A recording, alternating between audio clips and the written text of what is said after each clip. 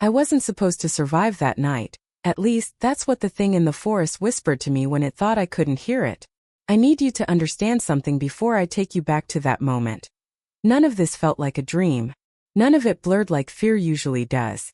Every second carved itself into my memory like something wanted me to remember. Wanted someone else to know. It began with a single sound so small, so harmless that I ignored it. A twig snapping somewhere behind me. Just one. Nothing unusual in a forest. But the wrongness didn't come from the sound itself. It came from the silence that followed. A heavy, suffocating stillness, like the trees themselves were holding their breath. I remember freezing mid-step, gripping the strap of my backpack, telling myself I was overreacting. The sun had just dipped below the tree line. The air was cooling fast. The trail behind me was a straight path, not the kind that makes you feel lost. But that silence didn't feel natural. Felt aware. You ever get that sensation, the sudden spine-tightening jolt that tells you you're being watched? That moment where your body reacts before your brain knows why? That's what hit me first, like invisible eyes dug into my back. I turned around. I saw nothing. No movement. No animals. No wind. Just a wall of trees, too dark, too still, too patient. Something whispered again. Not words. Just breath. And that's when I knew something was wrong. See, forests don't go silent all at once. Birds don't just stop. Insects don't vanish mid-air. But at that moment the entire woods felt drained of sound, like everything had run, hiding from something I couldn't yet see. I remember checking my phone. 7:42 p.m. Enough light left. Rationally, I knew I should turn back. But part of me felt trapped. Not physically, just mentally. Like if I made any sudden movement, whatever was watching me would react. So I walked. Slowly. Quietly. Pretending I didn't notice anything. That's when the second sound came.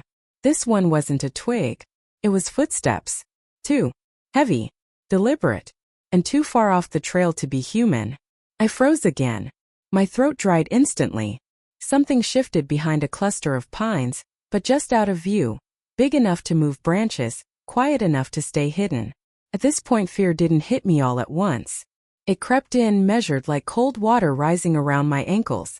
Because I realized something horrifying. The footsteps weren't approaching. They were following. Matching my pace. Matching my pauses. Matching me.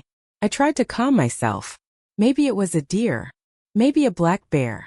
Maybe anything that made sense. But deer don't shadow humans step for step. And bears don't breathe like that. My chest tightened. My legs felt numb. I don't know how long I stood there with my heart pounding so hard my ears rang. The forest felt like a giant mouth closing around me. Then came the worst part. A voice, raspy, uneven like someone learning how to speak, echoed through the darkness. Don't run. My world stopped. I wasn't alone. I wasn't imagining it. Something was there. Something capable of mimicry. Something that waited until I was deep enough in the woods that no one could hear me. And when I finally did run, it followed me. And it wasn't running on two legs. Before that night twisted every part of my reality, things were simple. Peaceful in a way I didn't appreciate until it was gone. My name is Daniel Harper. I'm 29, an amateur wildlife photographer from Oregon, and I grew up around forests my entire life. They were always a refuge for me. Quiet, grounding, predictable. I knew the trails better than most people. I knew the sounds, the rhythms, even the moods of the woods depending on the time of day. So when I drove out to Briar Ridge National Forest that afternoon, nothing felt unusual. It was late summer, just past 4 p.m., and I remember the sun sitting warm and low over the treetops, turning the whole place golden. The kind of sunset that makes every branch look carved from amber. I wasn't there for anything intense or risky. I just wanted new shots for my portfolio, sunlight through pines, the river's reflection at dusk, a few long-lens wildlife captures if I got lucky. I parked my old gray Subaru at the trailhead, slung my camera bag over my shoulder, and breathed in that familiar mix of pine and cool earth. It always relaxed me. The forest felt alive but welcoming, chirping birds, wind brushing the leaves, small critters rustling in the underbrush. Everything in perfect balance. I remember thinking how good it felt to be away from people for a while. No deadlines. No notifications. Just me and the trees. It was one of those days where the quiet wasn't empty, it was calming. Around 5:30 p.m., I was halfway through my hike, camera in hand, capturing the last bursts of sunlight filtering through the branches. I found a fallen log, sat down, took a swig of water, and reviewed a couple of shots on my camera's screen. They were beautiful, sharper than I expected, warm in tone, peaceful. Nothing about that moment hinted at what was coming. As the sun dipped lower, I told myself I'd stay for one more hour. Twilight shots are usually my favorite. The lighting gets dramatic, the colors deepen, shadows stretch in ways you don't see during the day. It's the magic window every photographer chases. The trail around me was completely silent in a comforting way. The kind of silence where you can hear every natural sound clearly. The river murmured softly in the distance. Birds hopped along the branches overhead. A chipmunk darted across the path, pausing just long enough to stare at me like I was the intruder. Nothing threatening. Nothing strange. At around 6:45 p.m., I reached a small clearing I had marked on a map weeks before. It overlooked the valley and had a perfect line of sight for sunset shots. I set my backpack down, adjusted my tripod, and prepared for the light show I always loved. I was completely at peace. I even took a moment to just close my eyes and breathe. The air felt cool but comfortable. The wind had settled. The forest around me hummed in that familiar evening rhythm. Crickets starting up, birds winding down, branches creaking softly overhead. I wasn't rushing. I wasn't pressured. I wasn't fearful. There was absolutely no reason to think anything would go wrong. In fact, the last thought I remember having before the shift happened, the last fully normal moment, was how safe everything felt. How quiet. How balanced. How predictable. I didn't know that I was walking into the final hour of normalcy I would ever experience in those woods. I didn't know the forest near me had already started to change, or that something had already noticed me long before I noticed it. At that moment, I believed I was alone. And I was completely wrong. The first sign that something was off came so softly that I almost didn't notice it. I had just finished taking a set of sunset shots and was packing my tripod when a faint clicking sound echoed through the trees, sharp, irregular, like two stones tapping together. It wasn't loud. It wasn't threatening. It was just out of place. At first, I brushed it off as a bird or maybe a squirrel knocking something loose. Forests make strange noises all the time. But this sound didn't have the random rhythm of nature. It was too spaced, too purposeful. Click. Click. Click. Like someone or something testing the sound it could make. I stood still, waiting to hear it again. But the forest fell completely silent. Not quiet silent.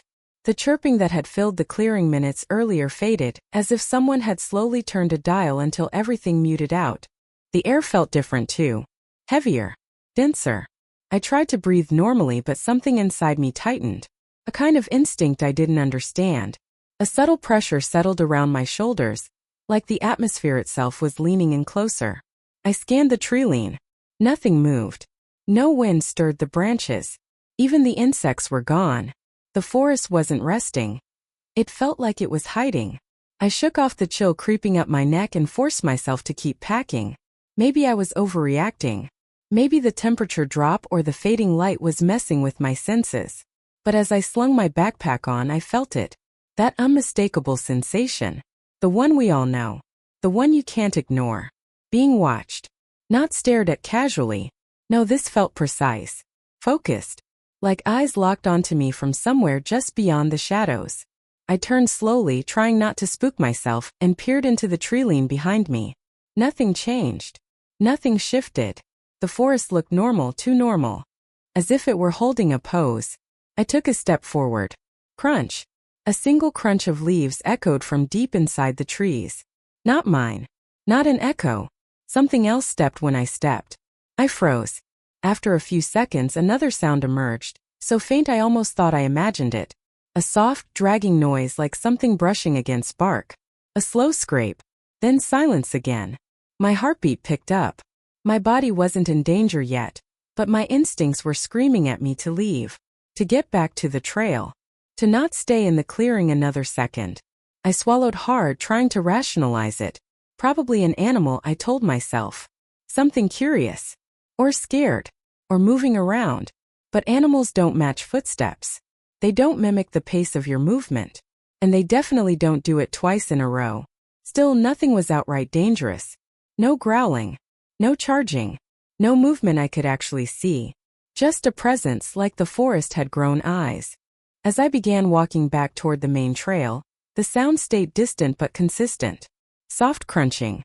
Occasional dragging. The clicking again, faint and offbeat. But every time I stopped, the forest waited. I could feel my nerves tightening. The trees seemed taller, darker, almost leaning toward the trail. The path I'd walked earlier now felt narrower, more enclosed. Shadows stretched unnaturally long across the ground. I kept glancing over my shoulder, expecting, hoping, to see a deer or a raccoon break from the tree line and make everything make sense. But I saw nothing. And somehow that was worse. The deeper I went, the more the forest changed. The air turned colder. My breath fogged slightly as I walked, even though it wasn't that cold yet. A faint smell drifted through the air, damp, metallic, like wet soil mixed with something else. Something older. The unease kept growing. Not panic yet, just a tightening coil inside my chest. Something was following me. Not close. Not visible. But tracking me with deliberate patience. The kind of patience predators have. By the time the last light faded from the sky, I wasn't thinking about photography anymore. I wasn't admiring the scenery. I wasn't relaxed. I was thinking only one thing. I need to get out of these woods before whatever's watching me decides to step closer. The moment everything changed wasn't loud. It wasn't dramatic. It didn't come with a scream or a crash or an explosion of panic. It came quietly, so quietly that, for a second, I didn't even understand what I was looking at. I had just stepped onto a narrow part of the trail where the trees grew tighter, their branches arching overhead like a tunnel. The last hints of daylight were almost gone, leaving everything washed in a deep bluish haze. I was walking fast now, my heartbeat steady but elevated, my nerves stretched thin. That's when I heard it. A low exhale right behind me. Not a breeze. Not an animal. A human-like breath. Slow. Heavy. Intentional. I froze instantly. For a long moment, neither the forest nor I moved. Even the air seemed to turn solid around me. I didn't want to look back. Every instinct told me that if I turned around, something would be there. Something I wasn't prepared to see. But fear has a strange way of forcing your body to betray you. My head turned on its own. And that's when I saw it. At first, it looked like a person standing between two thick pines about 20 feet behind me. Tall. Too tall. Its silhouette was stretched unnaturally long, as if its spine had more joints than a human should. It stood perfectly still, so still it almost blended with the shadows. But its eyes didn't. Two pale, reflective orbs stared directly at me. Not glowing. Not shining. Just reflecting what little light remained. Like an animal's eyes in the dark. Only higher. Much higher. My breath caught. My body locked. A cold wave of dread surged through me so fast I nearly stumbled. Up until that moment I could pretend it was an animal. I could rationalize the sounds. I could blame my imagination. But this, whatever stood in that darkness, was not an animal. And it wasn't pretending to hide anymore. The forest around us seemed to shift in response. The silence pressed in harder, as if the entire woods had been holding their breath and finally exhaled in fear. A deep, unnatural heaviness sank into the air, like the world itself darkened around the thing. It tilted its head slightly, the movement slow and deliberate, studying me. That was the moment I knew it understood exactly what I was. And it was deciding what to do next. My legs trembled. My hands went numb. I wanted to run, but my body refused to move. It felt like that creature's stare pinned me to the ground. Then it stepped forward. One movement. One sound. A single echoing crunch of dried leaves under a long heavy foot. And the temperature around me dropped so sharply I could feel the cold in my teeth. It wasn't just following anymore. It was approaching. I forced my body to move. One step back. Then another. My breathing turned shallow. I tried to speak, to shout, to warn, to plead, but nothing came out. The creature took another step, gliding more than walking. Its limbs bent in ways that made no physical sense, like joints rotated too far, like bone had grown wrong. In the dimness, I could make out more details now. An elongated torso, arms that hung almost to its knees, skin or fur that blended into the shadows. No face. Just those eyes reflecting me back like I didn't belong in its territory. It was close enough now that I heard it inhale. Long, deep, as if smelling me. My fight or flight instinct finally snapped free. I stepped back fast, my heel hitting a root. I stumbled. My backpack shifted. My camera swung forward, smashing into my chest. The creature reacted instantly. It jerked sharp, sudden, predatory. That was it. The point where fear transformed into survival. I turned and ran. Not because I chose to, but because I knew without any doubt something in that forest had finally decided I was prey. I don't remember deciding to run. My body took over before my mind caught up. 1 second I was staring at that thing in the tree line, and the next I was sprinting down the trail so fast the trees blurred into streaks of darkness. The forest exploded with sound behind me. Something heavy launched forward. Branches snapping, leaves scattering, the ground shaking with each impact. It wasn't running like an animal. It was crashing through the woods with long, deliberate strides, closing distance far too quickly. My heart slammed against my ribs. My breath tore out in sharp, broken gasps. Every step felt like the forest floor was trying to pull me down. Roots grabbing at my shoes, loose dirt slipping under my feet. Don't look back, I whispered to myself. But I did. And I wish I hadn't. The creature was tearing through the trees, its body shifting in unnatural jerks. Its limbs bent wrong, its shoulders hunched, its head lowered like it was on all fours, except its arms moved like arms, not legs. Its eyes caught the moonlight, reflecting it in two cold, pale circles. It was close. Too close. I pushed harder, adrenaline flooding my veins. The trail forked ahead, left toward the river, right toward the trailhead. I didn't think. I veered right. A split second later, a massive shadow swept past where I'd just been. The creature leapt. I heard it land. It missed me by inches. I stumbled, nearly falling face first into the dirt, but forced myself up and kept running. My lungs burned. Sweat blurred my vision. The straps of my backpack cut into my shoulders with every step. Behind me, the creature let out a sound. Not a roar, not a growl, but something like a low, distorted whine, as if frustrated the chase wasn't over. The trail narrowed, the darkness thickening like a wall around me. I dodged branches whipping across my face, hurtled over fallen logs, slid down loose gravel that threatened to send me tumbling. My legs screamed, but I couldn't stop. Stopping meant dying. The trail dipped suddenly and I lost my footing. I tumbled, rolling, sliding, smashing into dirt and rocks. When I finally stopped, pain shot up my side. My elbow was bleeding. My jeans were torn. But the worst part wasn't the pain. It was the silence. The creature had stopped moving, which meant it was listening. I forced my breathing quiet, forced myself not to sob. The forest around me held its breath too. Every leaf, every branch frozen in anticipation. Then I heard it.